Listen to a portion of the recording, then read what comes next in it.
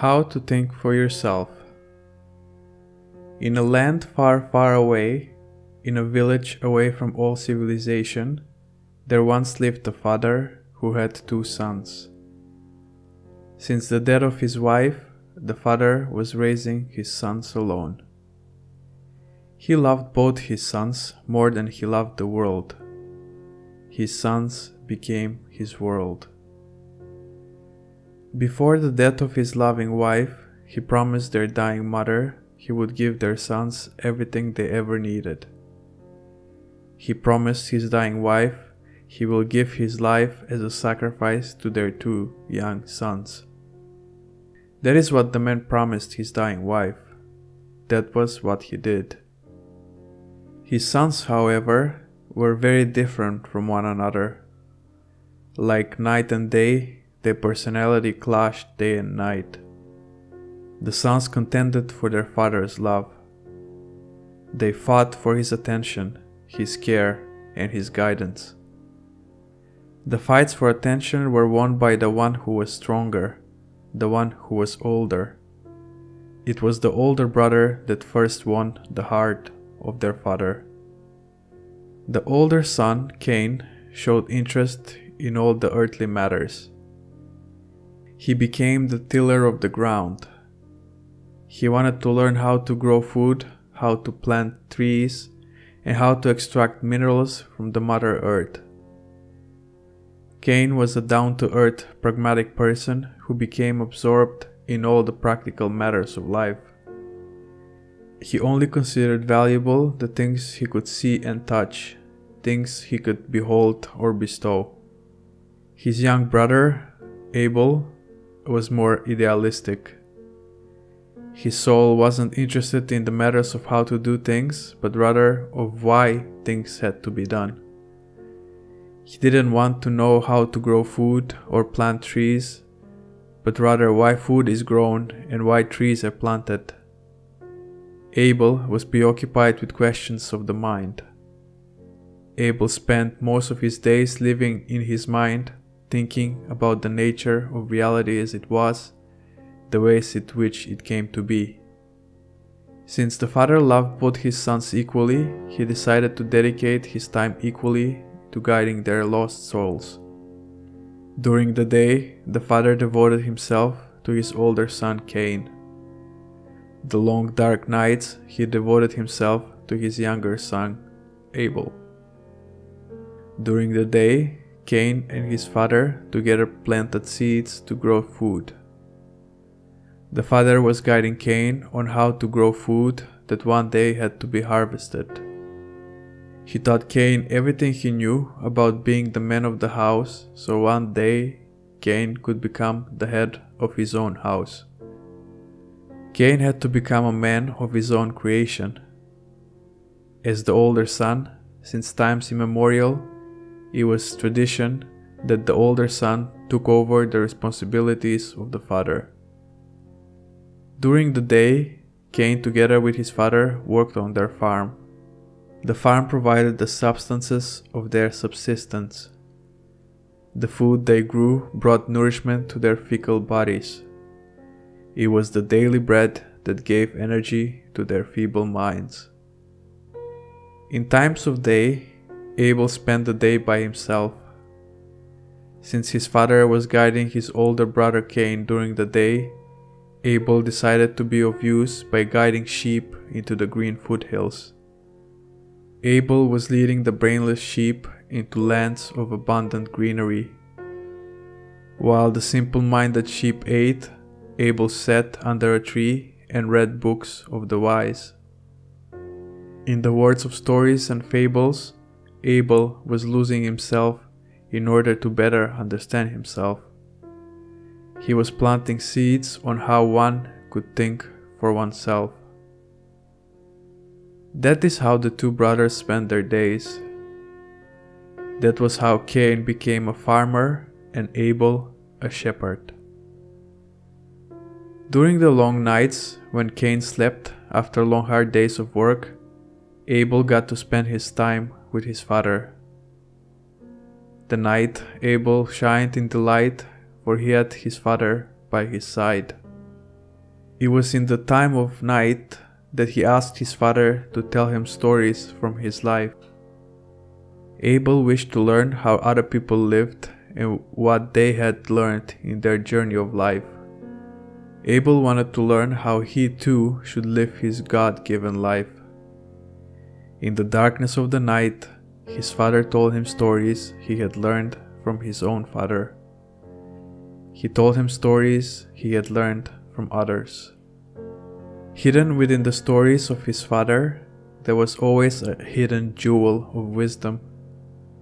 The stories his father told were simple and transparent. But Abel knew that each story, within its transparent nature, contains wisdom he had to extract for himself. The jewel of wisdom was always transparently extended to Abel, calling for his hand to grab it. But the jewel of wisdom could only be seized by his own able mind. Through his father's stories and the stories of books, Abel was trying to learn how to think for himself. That is how the two devoted brothers passed their days. One devoted to the growth of the body, while the other devoted to the growth of his mind. Both growths supported by the benevolent soul of their caring father. Days came and went. Days turned into years, and they too came and went. From where they came and where the days went, nobody really knew. Everyone was just a witness to the passing of time. Everyone was just a witness of their own growth of mind and body. The father saw his sons growing day by day. They were getting stronger and wiser.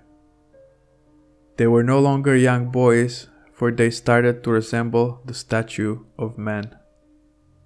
He was proud of their growth, as every father shall be.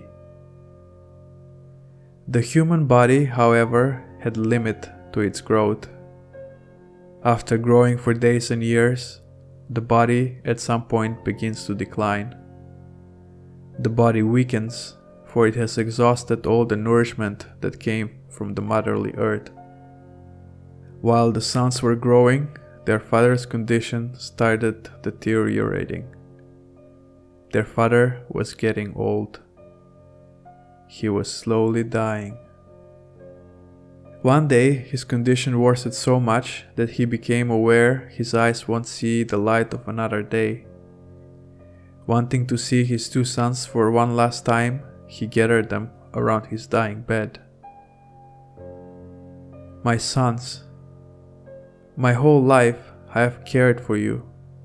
I have given you everything I have, and now you have become men. But the day has come when I can no longer care for you. Long time ago, before your mother died, I gave her my word that until the day I die, I will give you everything you need. I fear that that day is now upon us. Before I go, my own dying wish is to ask you one last time, what is it that you still need from me? Tell me now, so I can go in peace," said the father as he looked into his older son Cain. "Father, my whole life I have worked hard by your side," said Cain. "Every day I learn how to work the lands. My last wish is you to leave all the lands in my name. As tradition has it, the older son should inherit the lands of thy father. I should carry on your work in your name." "I see," said the dying father. "Tradition and customs are to be respected. But what about your brother Abel? If I give you everything I have, then your brother will have nothing. Where will he live? Which lands can he call his own?" Cain gazed into his father's eyes. "Am I thy brother's keeper?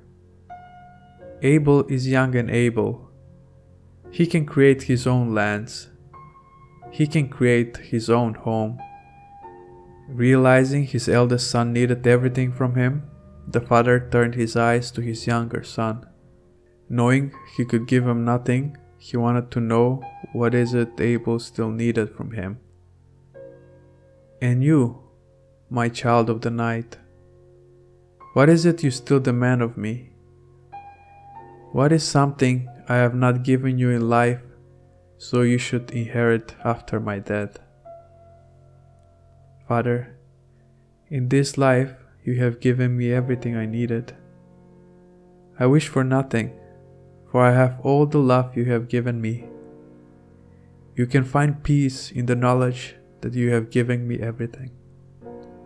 A grin of satisfaction appeared on the face of the father. He could give his sons everything they still needed from him. One wanted everything, while the other wanted nothing. Abel, I find joy in the fact that I have given you everything. My heart is beating with delight. But I insist you take something of mine. As a token of remembrance, you must take something to remember me in the times when I will no longer be by your side. Nobody could dare to shy away from the wish of the dying. It was a tradition to always grant the wishes of those who were doomed to leave the earthly lands and depart into the heavens. Abel thought for a few seconds. While thinking about how to remember his father, an idea came to his head. As a token of remembrance, Father, I will take all the books you have read, the books that are gathering dust in the basement. If my brother allows, I shall take with me into unknown lands. Every time I shall need guidance from a wise father, in your books I shall seek the answer. I care not for books, declared Cain. You shall take all the books. That night, the spirit of the father left their two sons. He had given them everything they needed. With his last dying breath, he wished them all the happiness in the world. With the last beat of his dying heart, he wished that the Lord would offer them his guidance in their times of need. Cain inherited all the lands of his father. Abel, the young soul, upon gathering his books, ventured into lands unknown. In their new directions in life, only God knew which of them took the more righteous path.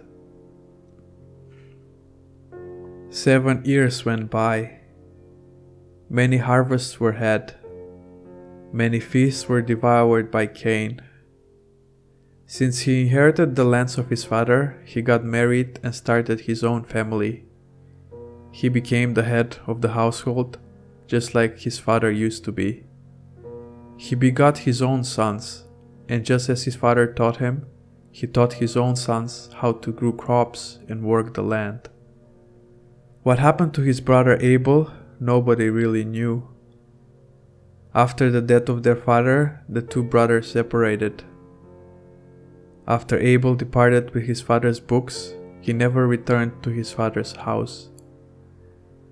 There was no word of what had happened to Abel. Perhaps he was still wandering the earth, or maybe he had settled somewhere. Nobody knew of his destiny, not even his own brother Cain. For 7 years, Cain lived in abundance of feasts and harvests. The lands, however, had a limit to their harvest. After giving and giving for years, the fertile soils that produced an abundance of food became barren. Even the earth's soil had a limit in the nourishment it could provide to all its children. The lands Cain inherited became infertile, and food became scarce. Harsh times were on the horizon for Cain and his family. Since Cain had no stored food, starvation enveloped their household. Not knowing what to do, Cain watched his own son starve for days. Unbearable suffering came upon their household. One day, a thought came to Cain's head. Cain decided he should go look for his brother Abel. His brother was all he had left in this world.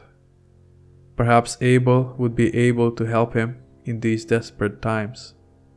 Cain informed his wife one day and ventured into the lands to seek his young brother. He followed Abel's footsteps. He traced his brother for days and nights. He walked to all the places his brothers walked. Eventually, he arrived in a grand city, the likes of which his eyes had never seen before. The city was enveloped in riches. Golden arcs were swirling from the tall buildings that extended to the heavens. The roads shined like diamonds and reflected the clearness of the skies. Cain was losing himself in the grand city in which he had just arrived. Walking through the city, in the center of the greatest city on earth, he saw the face of his own brother Abel.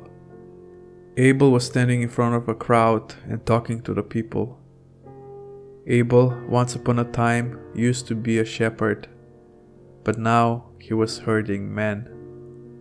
Abel had become a true herdsman.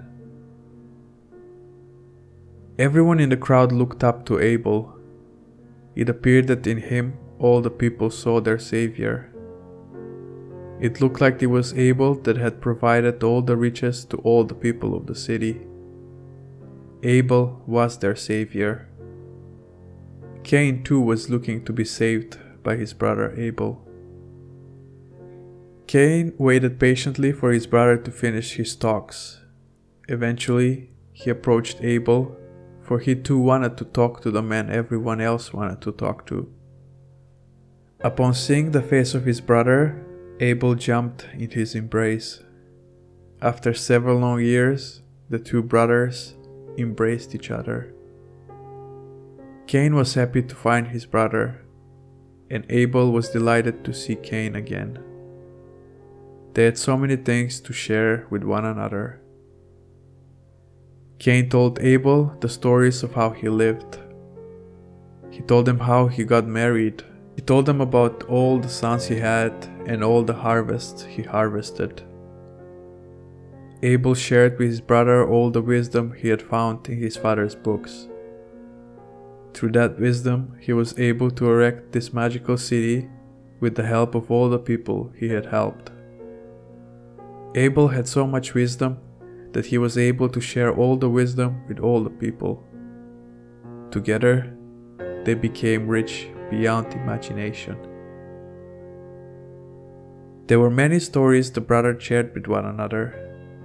Eventually, Cain decided to tell his brother the real reason why he ventured to seek him. "My dear brother," said Cain, "the lands our father left me have become barren.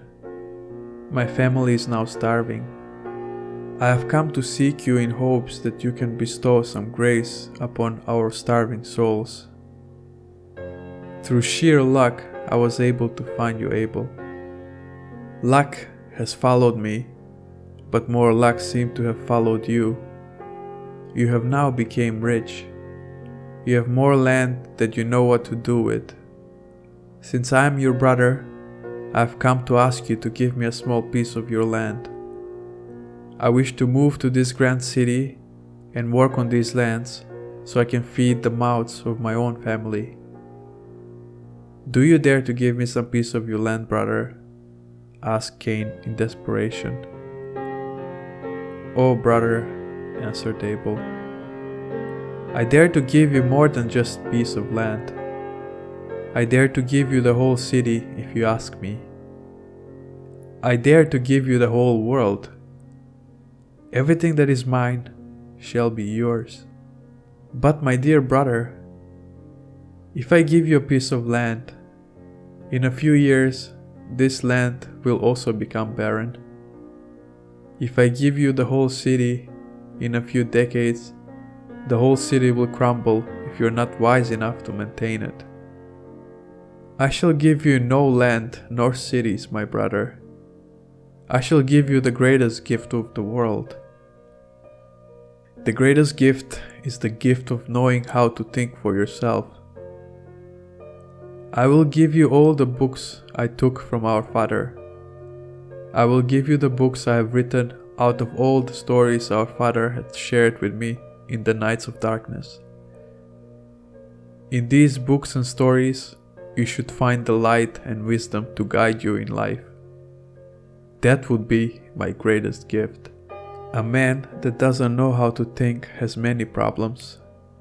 But the man who has learned how to think for himself has no problems, since all problems are problems of our thought. Every problem is a problem of our own thinking. Once we learn how to think for ourselves, all problems vanish like the ebb and flow of time. My brother, take these books now and go back to your family. Teach your sons the wisdom written in these books, so they too will know how to think for themselves. Abel gave all his books to his brother Cain. He also gave him wheels of food to take back to his starving family. Cain took the gifts from his brother and ventured back home to his village, the village which was away from all civilization. When Cain returned home, his family rejoiced in the blessings their father brought back home. His family had food again. The old books that long ago left the basements had returned back home again. But this time Cain decided to give the books a chance. He decided to try to read his father's books.